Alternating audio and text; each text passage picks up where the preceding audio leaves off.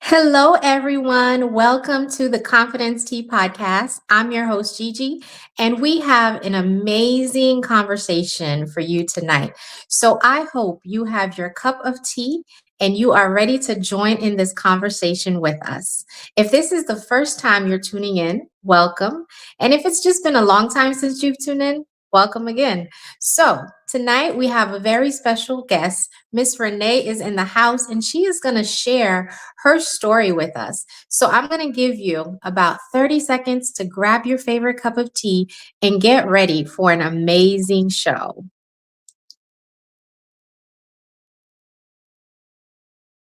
Welcome to the Confidence Tea Podcast, where we brew up inspiration, self-discovery, and a sprinkle of empowerment, all over a cup of tea.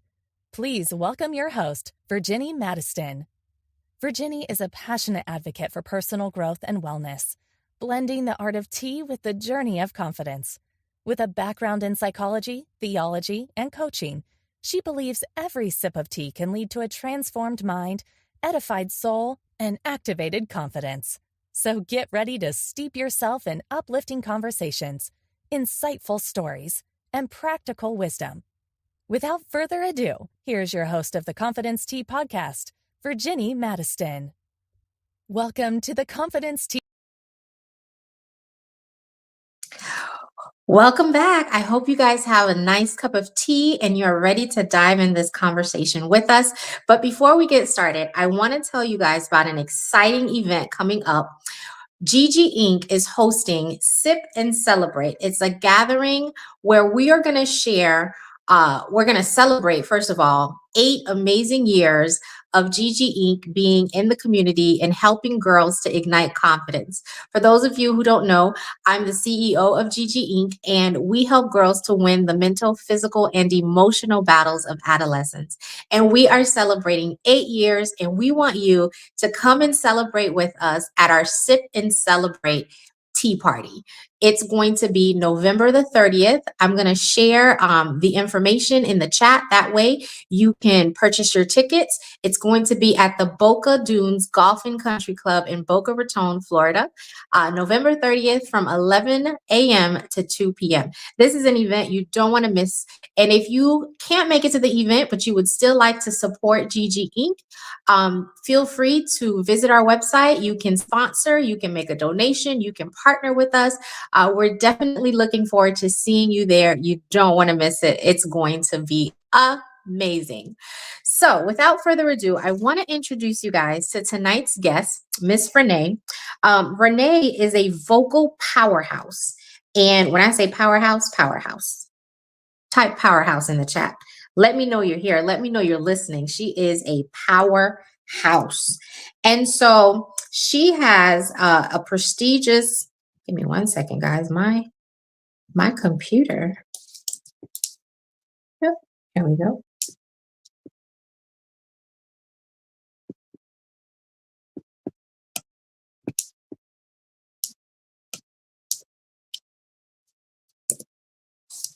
Sorry, I'm just getting my thoughts together. Okay, here we are. I want to give you all the information about Miss Renee, and I don't want to miss anything.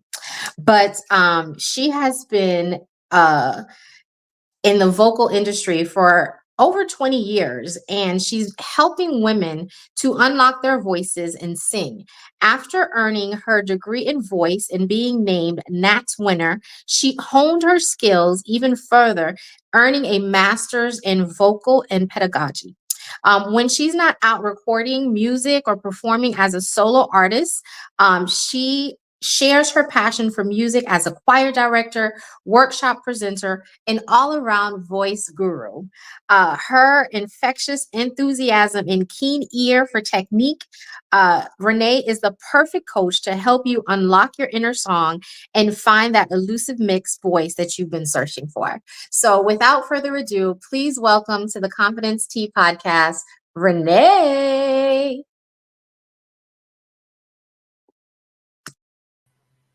Hello, hello. Hi, Hi, how are Gigi. you?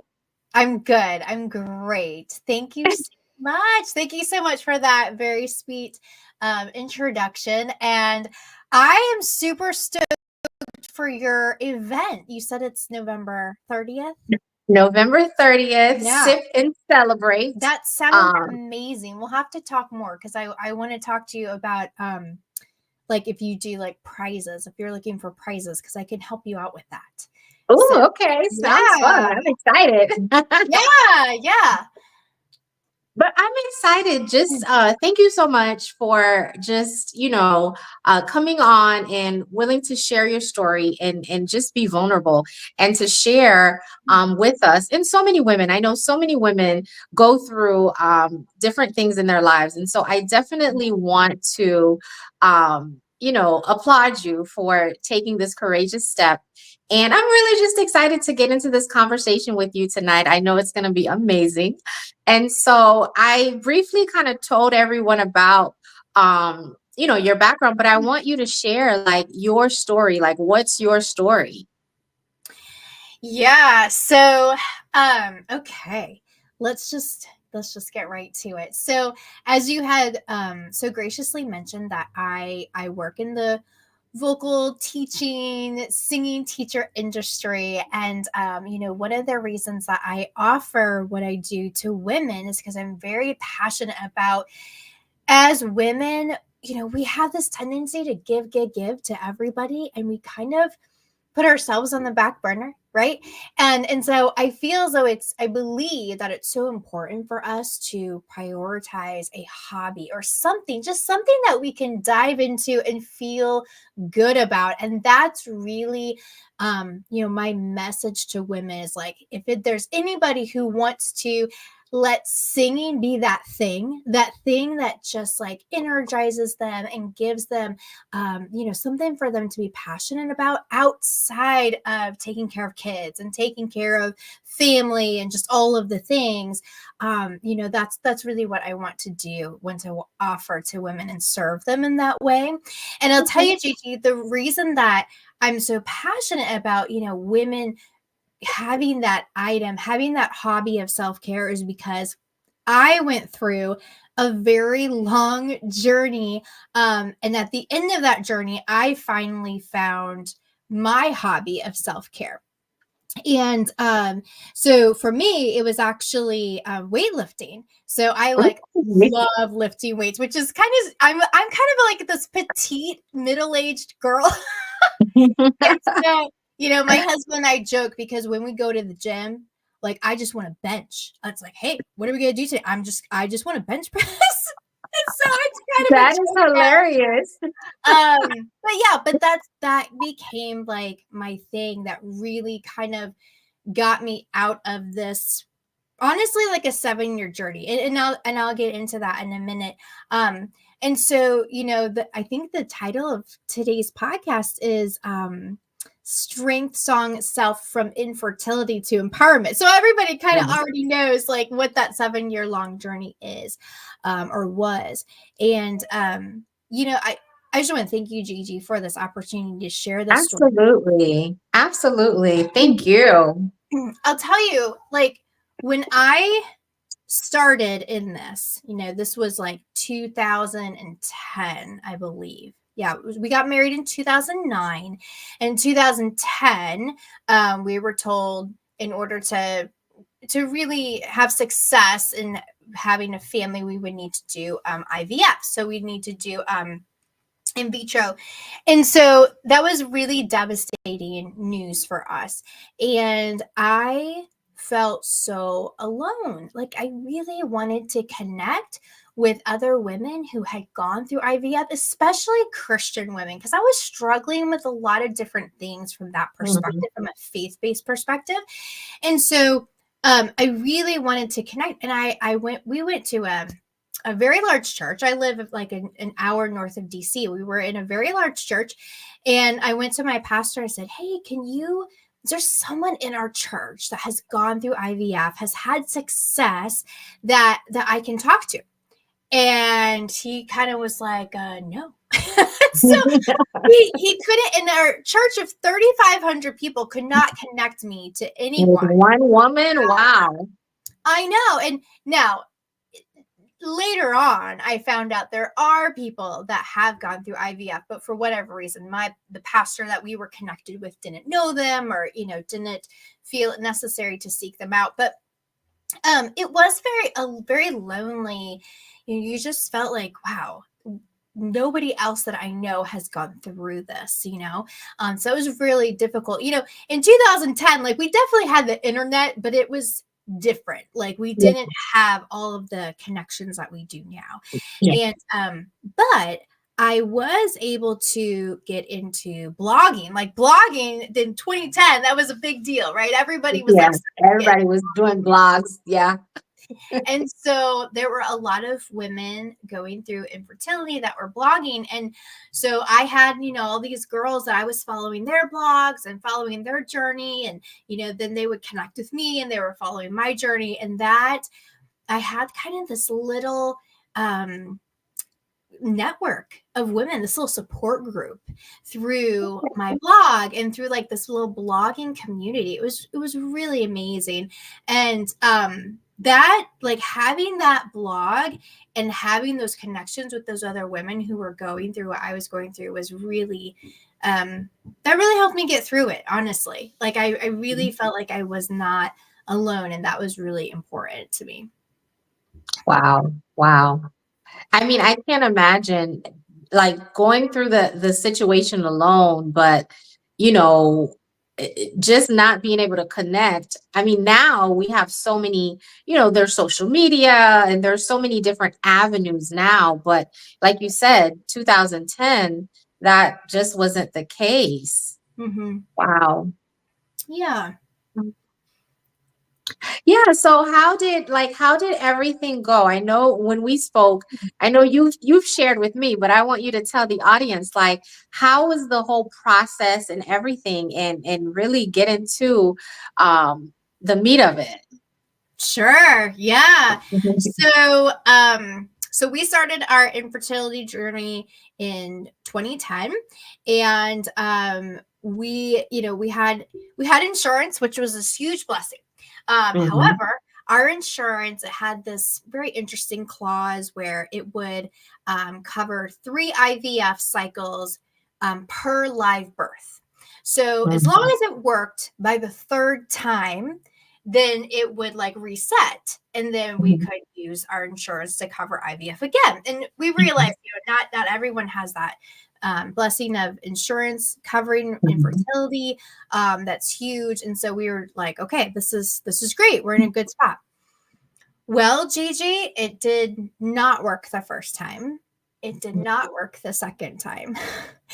So I was like, oh my goodness, I can't believe that we're looking at the third time. And so that was really kind of, when we were going into that third time, that's probably when it was a really dark season for me. I can imagine, because did you feel like, were you losing hope at that time, Oh, or were you absolutely. still Yeah. okay? Okay. Yeah, because going through a cycle just by itself, an IVF cycle by itself, is a lot. It's a huge undertaking, especially the Mhm. first time. There's just a very big learning curve. Even learning little things like how to give yourself a shot. Like, Mhm. now it's like, okay, Yeah. no big deal. I can give myself a shot. But at the time, like, I had my mom come. She like came from another state. It was like, you have to be here so you could give me all my shots. Oh, wow. You know? So all those little things were just very overwhelming to me because it was all very new. And Mhm. so anyway, so we came in on that third time, and I remember, so I ended up getting together with a specialist. That specialist found some blood issues that I had, and so she put together a protocol that seemed as though perhaps that could be part of the reason the other 2 IVFs were not working. So anyways, I remember being at her office, and the nurse said to me, now, when you're pregnant, you're going to give yourself the shot this way. And she's like trying to show me and teach me how to do it. But I couldn't get past that clause, that phrase, when you're pregnant. I was like, what do you mean Mhm. when? What do you mean when you're pregnant? I couldn't see it for myself. I couldn't Wow. I couldn't see it. Yeah. And that was a really big moment, because I realized if I can't see it, well, first of all, I'm praying for this to happen, but I'm Mm-hmm. not praying in faith, because I can't Mm-hmm. even imagine this happening. I can't even imagine God answering this prayer in this way. Mm-hmm. So that day I found a picture of a pregnant lady, and I took a picture of my face, my head, and I taped it on her body, because I was Oh, like, wow. I have to be able To to visualize it. I've Yeah. got to be able to visualize that this can happen, that God can make this miracle happen. And I put it there on my bathroom mirror. I looked Mhm. at it every day. I had a verse underneath of it, and yeah, and so then that next IVF cycle, thankfully that worked. It was successful, and we were able to have our first son. Wow. Yeah, so it Praise was God. yes. It was a lot to get there, but Mhm. yeah, it was good. So we went back and we use the same protocol, and then our next IVF cycle was also successful. So we had our second son. So our first two kids, they're just under 2 years apart. And life was really good. Like, I had my two little guys, and we were feeling good about things. And then we decided we wanted another child. Mhm. So we went back. We're like, all right, we got this. The last two IVFs worked. We know what we need to do. Like, this protocol's working. And we had 6 IVF cycles that did not work. Wow. One after another, after another, after another. And those, so I told you about our insurance. And so that was still a concern. But however, some of these cycles, like one of them, the doctor called me the morning I was supposed to go in for my embryo transfer. And he said, don't come in. You don't have any viable embryos. Oh, It wow. was just heartbreaking. It was just Yeah. heartbreaking to go through all of that for the cycle. And then there's just, Nothing. so anyway, so because it wasn't a full cycle, it didn't like count as No. against Okay. our 3 for our insurance. So when we were going for our last chance, I told my husband, I was like, I need to have, I call it a plan B, but it wasn't really a plan B, right? It was really God's plan. Like, this is God's plan A. I Mhm. said, I need to know what our other options are. We need to talk about this. So if this doesn't work, we know what direction we're going. Like, that will really help me. So Mhm. we started talking to friends that had adopted. We were meeting with them and asking them about their experience. And, we're very much for adoption. And one of our friends said, have you considered embryo adoption? Because we know that I can get pregnant, I can carry a child to term, and there's a lot of embryos that are frozen, that are just they're leftover. Wow. That's not something that people talk about. I personally have never heard of embryo adoption. Yes, yeah, it is a thing. It is a thing. So we so then after our next cycle failed, the next day I was like calling all the embryo adoption agencies I could find. There's Wow. not very many of them. But yeah, so we connected with one in Tennessee. It's called National Embryo Donation Center, NEDC. Mhm. And so we went to Knoxville. We had to go there. We ended up having to go there 3 times. And so we were matched with a group of embryos, and I was able to carry our embryo, our baby, our 3rd son. So Wow. it was really, really an amazing experience. It was just amazing. Wow. Yeah. That is crazy. Yeah. Embryo adoption. Who would have thought? I know. And so what happens these couples like us, when we could go through IVF. Now, I didn't have a lot. I never had like a lot of embryos. However, some women, they go through it and they have a lot of eggs, and a lot of them are viable embryos. And so they might have 20 embryos. So what happens is, sorry, my phone's ringing. What happens, can you take that somewhere else, please? So with those 20 embryos, they might have their family. They might have their 2, 3, 4 children, and they still have frozen embryos. Oh, wow. And so oftentimes, like, well, what do you do? What do you do with that? In my opinion, that's potential life. Yeah. Yeah. And so like, those embryos need a chance. Like, they need a chance at life. And so, so there are some agencies around that give those embryos that opportunity, which I think is That's really amazing. I think that's amazing. I think that's something that more women definitely probably should know, because I had never heard of embryo adoption. So I'm sure there's a lot of people like me. Let me know in the chat if you've heard of embryo adoption, or if you are curious about it. Like, I mean, that really, perked my curiosity, because that's amazing that is an option. It's good yeah, for women to know all of the options that they have. absolutely. Yeah. And I mean, it's millions, Gigi. I mean, when we were going through the inventory, okay, so like, you Mhm. see these profile sheets of the different specs of the parents and different things.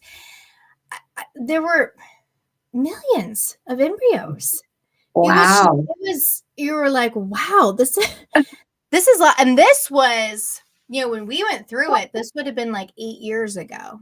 So I Okay. can't imagine where things are now. Now, especially So with all the advancement and, yeah, technology, I'm sure now they're way beyond that, because I didn't even know yeah, something like that existed.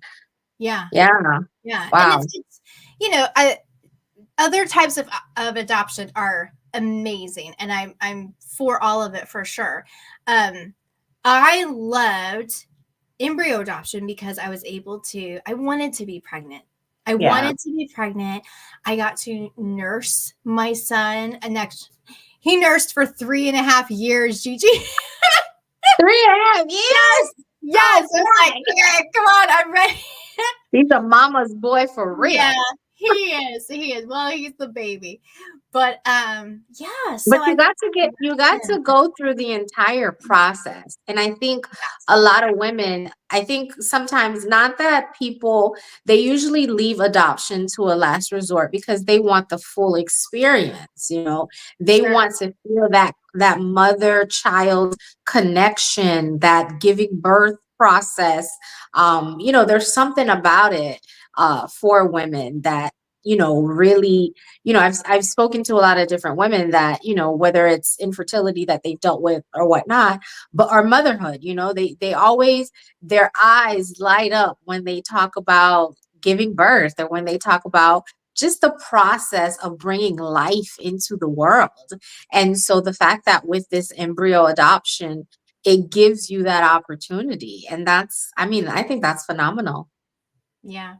Yeah. Yeah. Wow. Wow. So, how did that? So now let's make the connection. So you go through this entire, journey, what I would like to call it, Yeah. of infertility and, the IVF and giving birth, but then going through the process again.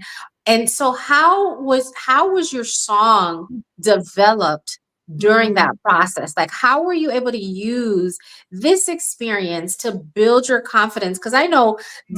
this type of stuff can tear someone's confidence apart and really have you struggling. So Yeah. how were you able to do it? Um, well, I can't say that I did it perfectly, that's for sure. So there's a few things. So first of all, I was kind of sharing this earlier, that as I came out of this season of infertility and having babies and all of the things that encompass that, right? I kind of lost myself. especially as we were kind of in, in these darker seasons. And so my son, right about the time that he was weaning finally, our YMCA in our neighborhood opened up. And so I started lifting weights, and I was like, wow, when I'm here, I'm Renee. I'm not someone's mom. I'm not infertile. I'm not someone's wife. I'm just me. I'm just Mhm. his daughter, and I can just enjoy this activity and be present in that. And so Yeah. that's really where that idea of like, okay, I need this as my self-care. Like Mhm. that became very evident that was helping me to come back home and be a better mom and be there for my husband and just be able to be present with them, because I was having this outlet, if you will. Um Mhm. so that's one thing. And you know, another thing that kind of came to mind as we were talking about this and talking specifically about song. So as a singer, the biggest thing that I have been doing over the years in terms of like singing, I don't like to say performance because it's not really a performance, but it's leading worship. Mhm. And I absolutely love leading worship. And I think I love it so much because it's so important. It's so Yeah. important. It's like Yeah. this, we're called to use our gifts to bring glory to him. And I love doing that. I love bringing people into the presence of the Lord through song.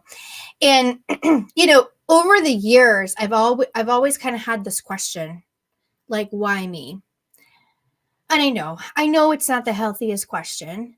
I know I need to trust, like, okay, there's a reason that you chose me for this particular journey. And now I can see that part of that reason is to be my son's mom, right? My Mhm. son who we adopted as an embryo. Like that's a big part of this reason that I went through this for him.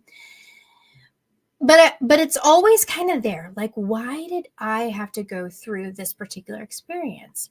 And Yeah. I'll tell you, as I have led worship, back in my 20s before I really had any struggle, had any true trial, right?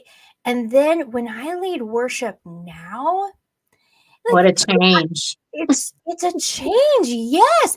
It's like, okay, Lord, I have like lived it. I've lived in this trial. Mhm. Yeah. I've seen your work. I've seen your grace. I've seen your mercy firsthand in a very real way that, Yeah. I was saved when I was 9. So it's not like I didn't understand the gospel. I did, but it's different when you It's go through different. Go something through it. hard. It's that test that he Mm. took that gave you a testimony. So now when Yeah. you worship, you're worshiping from someplace so much deeper. It Yes. surpasses the surface level of what you were doing when you were in your 20s, Yeah. and it's real. It's real. Like I tell people all the time, I've lived experiences. I've been sick and I've seen God heal me. I've gone to the doctor, they're like, we don't know what happened, and they can't explain that the blood results are normal, but it wasn't before, and so when you live through these different Mm. things in God, you see and feel his hand on your life. You can't worship like everybody else. You can't go through the motions. It's just so much deeper. You have to go deep within him because he took you from such a mighty long way. Yeah. It's a different process. It's definitely a different journey. Yeah. Yeah. Yeah. And it, it makes me grateful for Yeah. the journey, because I can see how I can be more impactful in how I lead and how I worship because of this. Because, when I ask myself, why me? It's so that I can make a bigger difference, so that he can use me in a more You do. powerful way. Yeah. And just leading worship, and the first time that this really kind of had this, I don't know, epiphany, I guess, is I was getting ready to lead worship for a women's retreat, and I went to my friend's house and I said, okay, I'm a little nervous. Can you just listen to me sing through all of these songs? And we were both in tears. Like multiple songs just brought both of us to tears. And as I was singing different songs, like certain words and phrases just brought me back to, oh yeah, I remember seeing his hand Yeah, here. I remember like how he guided me through this. And one of my favorite worship songs is Goodness of God. And I the love that song. oh, I it's love that song. fantastic. So powerful. Such powerful words. Um, one of the first times, we've already kind of decided that my little guy is a mama's boy. And one of the first times that I was leading that song, my son was probably maybe not quite 2. And I remember trying to practice, like, I was at the piano trying to practice, trying to get to know the song. And he like wants to nurse. He keeps like crawling up on my lap. And I was getting so frustrated. And I had to stop and say, this little guy, this is God's goodness Mhm. right here. This is his goodness right here. And so, I always remember that. And so now when I sing that song, that's what I remember. I remember sitting That's a good memory, though. That's a nice memory. How sweet. yeah, just it's such a I love it. I love that God just like gave me that little incident with my little guy so that it would carry through every time I sing it, and just be reminded that he is good and that this is his goodness. Yeah. Wow. That's amazing. That is so awesome. That is so awesome how, yes, sometimes we don't understand the process and the journey that we go through. But when we get to the other side and we can look at God's just miracles, and we're able to just sit in it and bask in it and see, oh my goodness, this is the reason why I had to go Mhm, through all of this. mhm, It makes it all worth the while. It makes it all mhm, worth it. Like it mhm. must have been hard, and the process was just tough. But when you look at your baby boy, you're like, you know what? I would do it all over again for you. Yeah. Yeah. Yeah. So true. That's Yeah. amazing. That's amazing. So tell us about what you do as far as the music and the vocal and Yeah. how people can connect with you. Yeah, absolutely. So I have been teaching for over 20 years. I teach singing is my main instrument. I do also teach piano. I have an in-person program in my community that I love. And then I also teach women online. I have a vocal coaching program, and it's right now it's a one-on-one program, so I can really dive in deep with women. And I really think that so much of singing, your voice is such a unique instrument. I just love it. And Yes. one of the things that's so unique about it is that it is part of our body, and our body is going to be influenced by our thoughts so Mm, much. And so, I really, I don't know, you might even say that there's like some mindset coaching that has to happen, because so often when we lack confidence, when we're mhm. telling ourselves like, oh yeah, so and so doesn't think I sound good, or that note's going to be too high for me, or oh, my voice is going to crack, all of those negative thoughts are going to impact our instrument, right? Because Yes. they're Yes. they're right in the same It's spot. linked. Yeah. They're linked, absolutely. And so it's so important to free yourself of those inner doubts and really like, see your voice as God's given instrument to you, and that it is Mhm. unique to you. And my approach is a very like positive. I want people to feel like they are in a safe space when they're singing, because when we share our voice, we're sharing a part of ourselves. We're being very Yeah. vulnerable. And Vulnerable. Yes. It really, just the other day, somebody told me that for years, they were battling someone telling them, making them feel you're not good enough. You're not a good enough singer. You don't sound good enough. And they're still singing, which is great that they're like working through that. But man, I try as much as I can to be positive and to point out what people are doing well, because that's going to, give them that confidence to open up and sing freely and sing with strength. So, okay, back to your question. I kind of got off a little bit. I could talk about that for a while. No, I can see the love of music like radiate from you. You can talk about vocals all day. That's great. That's right. Yeah, so I do. So people can connect with me through. I do have a website. It's Renee Del Voice. So ReneeDel voice.com. And actually, when you visit there, you will be able to get a free gift. And then I do also have. People can email me directly, ask me any questions, even if it's about embryo adoption. I would love to share my experience through that. But my email is reneemusicstudio.com. So that's how people can connect with me. Awesome. Absolutely. I'm sure there's a few women that may want to connect with you and learn about that process. And even just to have somebody that they can connect to that has gone through it and can share their experience. I know we kind of touched on it here, but I'm sure if anyone in the audience is interested, definitely connect with Renee. That way, she's willing, she's open and willing to share. So I would take her up on that offer and definitely do that. Thank you so much, Renee, for everything. Oh my goodness. I am so glad that you came and we're able to have this conversation. Do you have any final words? My final words is this, that coming into my infertility journey, I always thought my life was going to look a certain way. And when it didn't, that was devastating to me. But how my life is right now is exactly how God wants it to be.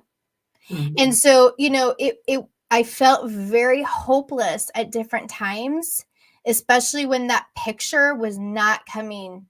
It wasn't coming together the way I thought it was going to be. But I know it's so cliche and people say his plan is always better, but I tell you, it really is. And there is always hope. I feel as though I really believe that there's always hope, even in those moments where it feels like this cannot get better. It might not get better in the way that you think it's going to get better, but it will get better because he has something better planned for you. Yes. And it's good coming from you for someone that has gone through that or maybe going through that to hear that. Because sometimes it's hard when you're in the situation to deal with or to see the rainbow, after when all you're seeing is rain. And so thank you so much. Thank you for that. Thank you for sharing. Thank you for your time. Thank you everyone for tuning in to another episode of Confidence Tea. If you liked what you heard, please share this video. Definitely connect with us. If you would like to be a guest on Confidence Tea, you can send us an email at confidenceteainfusions, that's all one, at gmail.com. And we look forward to connecting with you. Before we end, I just want to tell you, building confidence is like a warm cup of tea. It takes time to steep, but guess what? It's definitely worth it when you're sipping away. So thank you guys. Have a wonderful evening. And until next time, have a good one. Bye-bye.